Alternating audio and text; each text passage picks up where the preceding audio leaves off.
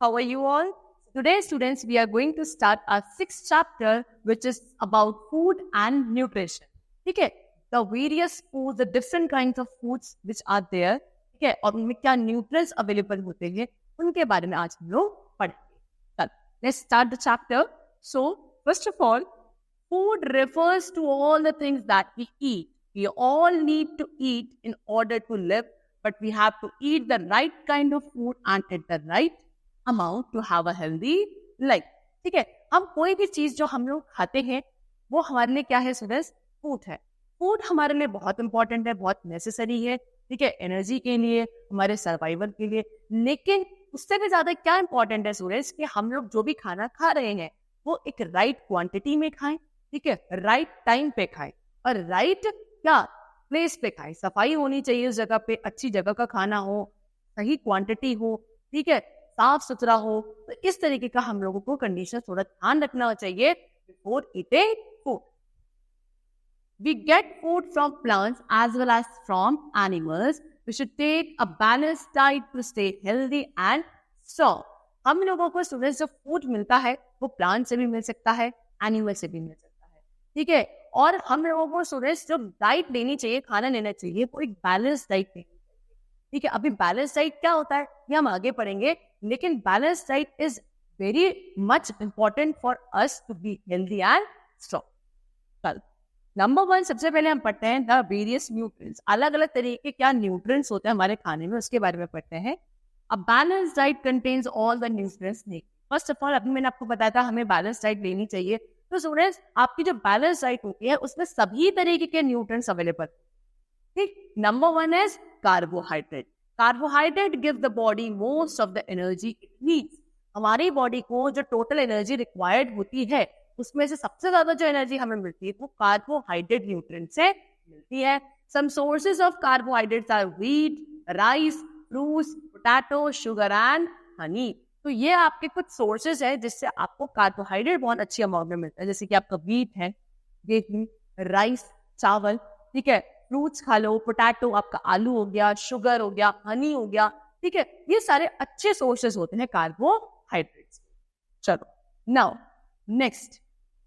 Next is about proteins. Our body needs protein to grow taller and stronger. हमारी body को अगर हम चाहते हैं कि बहुत लंबे हो जाए, बहुत स्ट्रॉन्ग हो जाए, तो हमारी बॉडी को सबसे ज्यादा जो रिक्वायर्ड होता है वो प्रोटीन्स होते हैं. हमारी जो प्रोटीन्स होते हैं ये हमारी बॉडी को टॉल और स्ट्रॉन्ग बनाते हैं. तो अब कौन से ऐसे सोर्स है जहां से हमें प्रोटीन मिलेगा?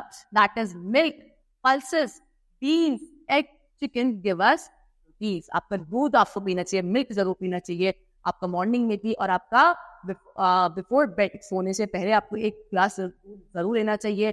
आपका एग हो गया, आपका मीट हो गया, ठीक है, आपका चिकन हो गया, आपकी दाल हो गई, पल्सेस हो गई. ये बहुत अच्छे सोर्सेज होते हैं किसके? Proteins. Now next is vitamins and minerals.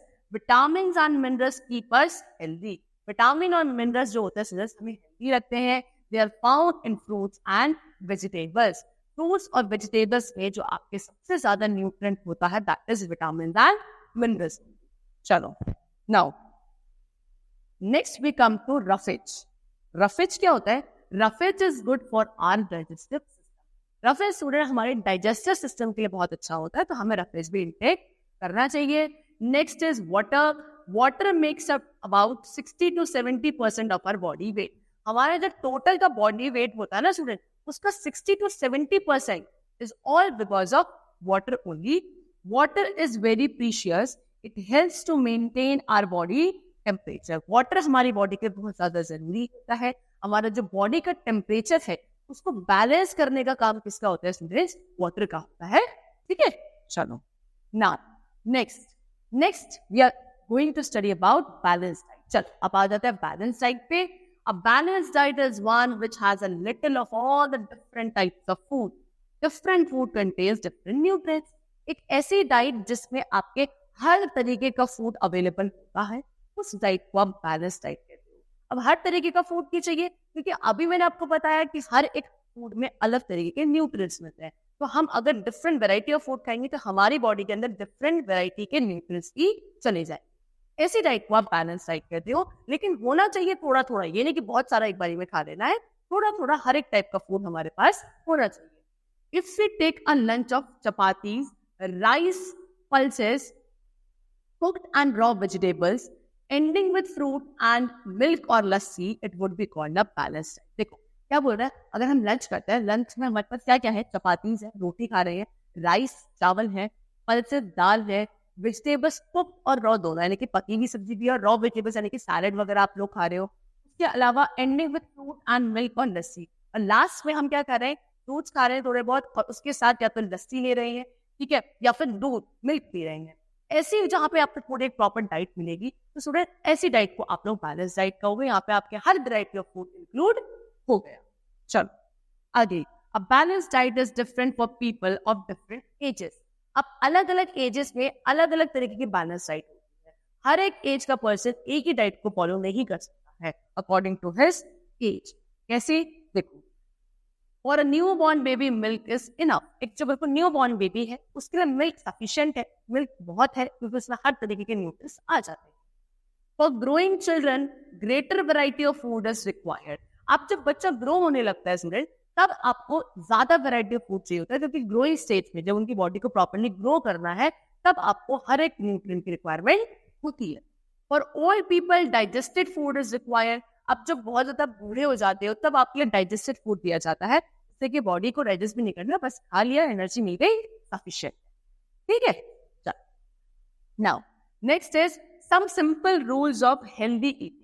अब कुछ सिंपल से हमें रूल्स पढ़ने हैं हेल्दी ईटिंग के. क्या होते हैं? Have a balanced diet, a little of all kinds of food. सबसे पहला कि हमें क्या एक बैलेंस डाइट लेनी चाहिए. बैलेंस डाइट क्या, कि थोड़ा थोड़ा हर वैरायटी ऑफ फूड उसमें होगा. Eat as many fruits and vegetables as possible. जितनी ज्यादा से ज्यादा फ्रूट्स और वेजिटेबल्स खा सकते हैं उतनी आप लोग क्या करेंगे, खाएंगे. डू नॉट ओवर ईट. ज्यादा नहीं खाना है, जरूरत से ज्यादा बिल्कुल भी नहीं खाना है. Take only as much of food on your plate as you really need. जितना आपको सच में खाना है, जितने की भूख है, नहीं खाना हम लोग अपनी प्लेट में लेंगे. We are not going to waste the food. चलो, chew your food slowly and well. This way you will feel less hungry. अपने जो आप खाना चबाते हो, च्यू करते हो, तो थोड़ा थोड़ा करके प्रॉपरली और स्लोली आपको च्यू करना चाहिए. इससे आपको भूख बहुत जल्दी नहीं लगेगी, आप ओवर ईटिंग नहीं करोगे. Avoid junk food and the food that is fried in oil. Junk food avoid करना है, बाहर का खाना नहीं खाना है, स्ट्रीट फूड नहीं खाना है, और अवॉइड करना है ऐसा खाना जो आपका ऑयली होता है, ऑयल मतलब डीप फ्राइड होता है. Drink lots of water every day. रोजाना जितना हो सके उतना पानी पिए. ठीक है. Go out and play for 1 hour for every day. This will keep you healthy. शाम में अपने फ्रेंड्स के साथ डेली 1 घंटा फॉर 1 hour हम लोगों को खेलना भी चाहिए. इससे हम लोग फिट रहते हैं, हेल्दी रहते हैं. चलो, now next, different ways for cooking food. अब खाना बनाने के अलग अलग तरीके होते हैं.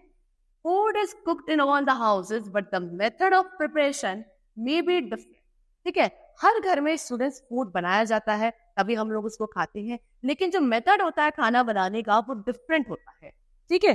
कैसे? Food is cooked to make it soft, tasty and easy to digest. सबसे पहले खाने को पकाया फिर जाता है.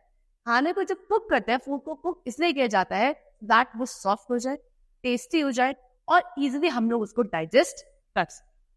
कैसे? अब now what are the various methods. क्या क्या हमारे पास मेथड्स हैं किसके, कुकिंग के, फूड को, तो वो पढ़ते हैं. Number 1 is boiling. बॉइलिंग में क्या होता है?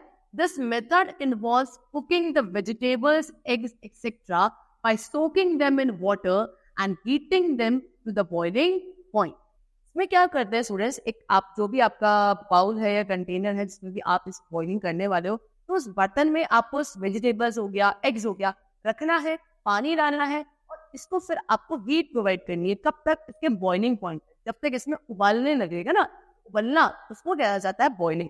ठीक है. तो वो हीट मिलेगी और धीरे धीरे स्टीम की वजह से वो जो अंदर वेजिटेबल है या एग है वो पक जाए. इस मेथड को कहा जाता है boiling. Next is frying. In this method food is cooked in oil without using water. इस मेथड में हम खाने को किसमें कुक करते हैं? ऑयल में, तेल में, without using water. Frying can be done in 3 ways. अब फ्राइंग जो होती है स्टूडेंट, वो तो 3 तरीके से करी जा सकती है. Number 1 is deep frying, number 2 shallow frying and number 3 stir frying. Deep frying होता है जब प्रॉपरली पूरे आपके ऑयल में डिप होता है. तो जैसे कि this is deep frying. Shallow frying क्या होता है कि थोड़ा सा ऑयल लिया और उस पर ही ऐसे ऊपर करके नीचे करके इस तरीके से आपने इसको शैलो फ्राई कहते हैं, यानी कि प्रॉपर डीप नहीं है, तेल में अच्छे से डिप नहीं होगा। And third is stir frying. Stir frying में स्टूडेंट्स ऐसा होता है कि आप सिर्फ ऊपर ऊपर से ऑयल इसको क्या करते हो, फ्राई करते हैं। चलो, last is grilling. In this method food is cooked directly on a source of heat. Grilling ऐसा मेथड है कुकिंग का जहां पे आप खाने को डायरेक्टली हीट के ऊपर रखकर कुक, ठीक है ना। हीट क्या मतलब आपका जो स्टोव वगैरह है उसी पे आपने कोई चीज रखी और डायरेक्ट हीट आपके फूड को मिलती है for getting cook. So students, here the chapter is completed. Hope you all like it. Thank you everyone.